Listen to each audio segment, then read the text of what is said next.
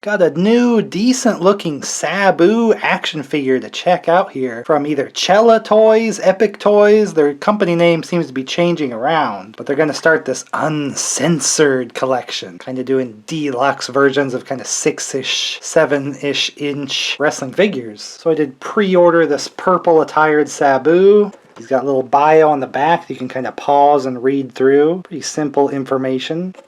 UK-based figure company. Pretty nice packaging. If you were going to keep this in the box, it's not going to match too many other figures because they're just starting out. But it does have some good pictures of Sabu on the sides and back, and he looks pretty good in the packaging. He has a kind of a plasticky bubble that is kind of obscuring your view at the figure though. But that's extra protection for it. But we're going to open up, check it out, compare it to other wrestling figures, get some sizing, see how that looks. There's actually no tape holding it together. And just pull that right out. Which I suppose means you could just put it right back in its box if you wanted. But we just have alternate hands here. One set. Looks like this will just come off. For the left hand, looks like they just did the same hand, and just the right is the alternate, which is doing his pointing. So I'm not sure why they even included the other hand.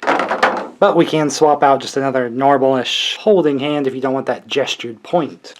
So we got the pointing hand there. It does have his turban here, which I think in some of the promos and stuff like that had more colors here. Here it just has the purple of the tights. So be aware of that if you're a stickler for details there. They kind of did a simplified turban piece that does just come off and it just kind of drapes around him. Shaped good enough to kind of, come down on him. Very light plastic. Let's take a close look at Sabu here. This is like a younger Sabu. We don't have too much of the hair going back. I mean, when I was seeing him a lot more kind of later career here, but I actually like the face quite a bit. He has pretty light eyes. He probably should have darker eyes. I kind of like, every other little detail there with him. The longer hair, but again, this is a younger appearance for him. Maybe not like his WWE run, which is a lot later. So what kind of body types we got here? This is like, there is a little bit of extra, you can kind of call it butterfly. It's a little different than what I've seen in the shoulder blade, but it does give a little more movement. Otherwise we just have kind of twist there, and elbow and wrist. Rotate, because they will come out to swap. Got this little torso bit, but that doesn't have a ton of movement there. If you go down here, he's actually got a joint body there, and it doesn't twist at the waist at all. It's just a hinge. And then his sash for his attire kind of its own piece pops up, covers that little bit. So underneath there he's kind of got a weird, part skin, part purpley thing going on. But he's got his attire piece that holds in place. It's not going to keep slipping around. That is pretty good. Just a torso piece. We got some okay movement here around the leg, as we can see, going all the way around. We can get it. And a little rotate bit right there. Double jointed knee. That does work pretty good. The boot does not rotate, I don't think, unless this is stuck. Then we just have the ankle. So a lot of movement, but some just different choices they've made to put this together. His armband is just kind of painted on there with the wrist tapes.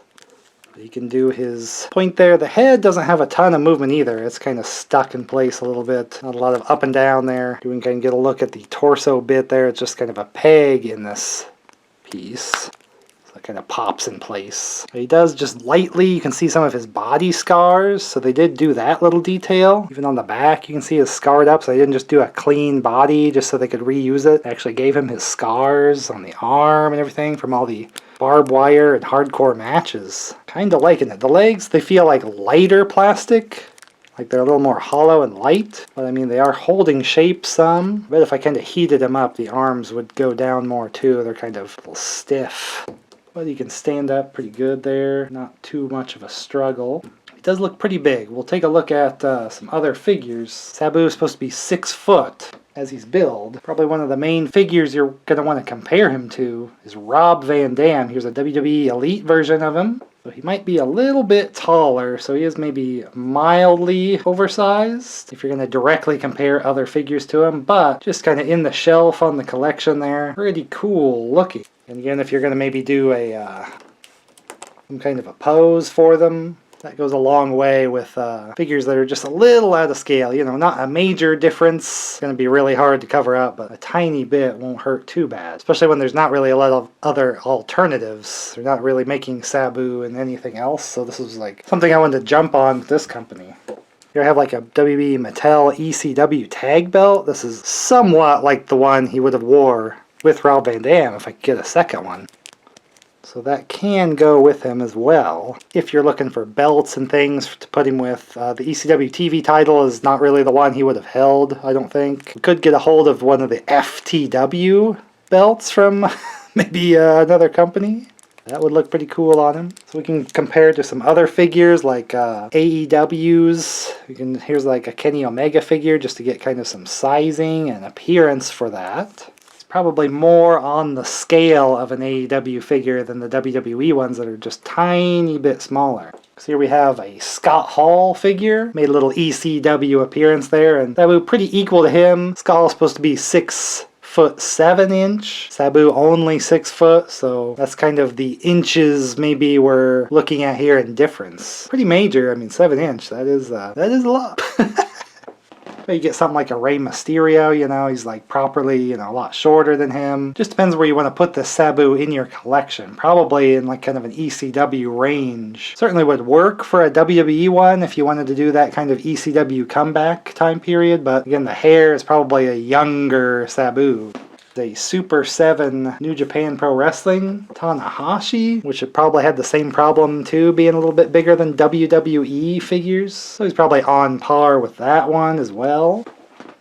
Here we've got the Legends of Lucha Libre Ultimo Dragon figure, properly just a little shorter than him, which would be matching up pretty well. So pretty much all the other brands outside of WWE really match up well with this Sabu. Just the WWE figures are going to be just a tiny bit smaller in scale compared to him. But for me, I'm not too strict down to the inch and all that of the scale. He's going to look about the right size, kind of get him in your collection posed up nicely. I think he's going to look pretty good.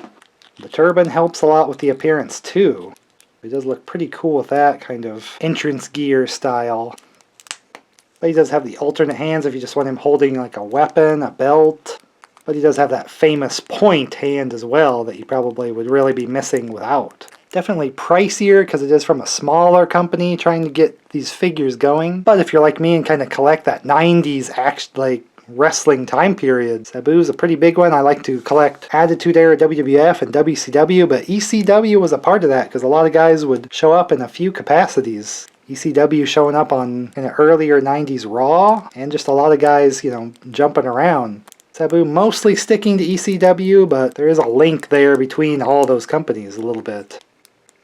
If I was going to pick the attire, I would probably have picked the green, probably is the more famous and memorable Sabu attire for me.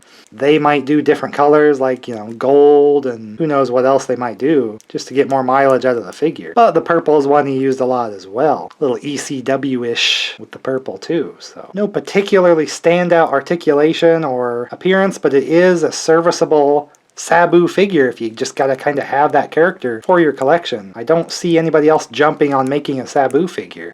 I'm always welcoming any other company that'll kind of make wrestlers that other companies won't make just to help fill out the collection, you know? I don't strictly collect one brand of figure. So if you like seeing 90s period wrestling figures, you want to stick around right here, get subscribed, you might want to go to the channel page here. Check out some of the playlists. It's going to be easier to find videos that you'll be interested in that way. Hopefully I get enough ECW figures, we can get an ECW playlist going. There's a lot of guys I'd like to add to the collection, but a lot of people aren't really jumping on them in the kind of modern WB Mattel era of some figures here, which I think this one fits in decently with. So hopefully I'll get to see you in the next video.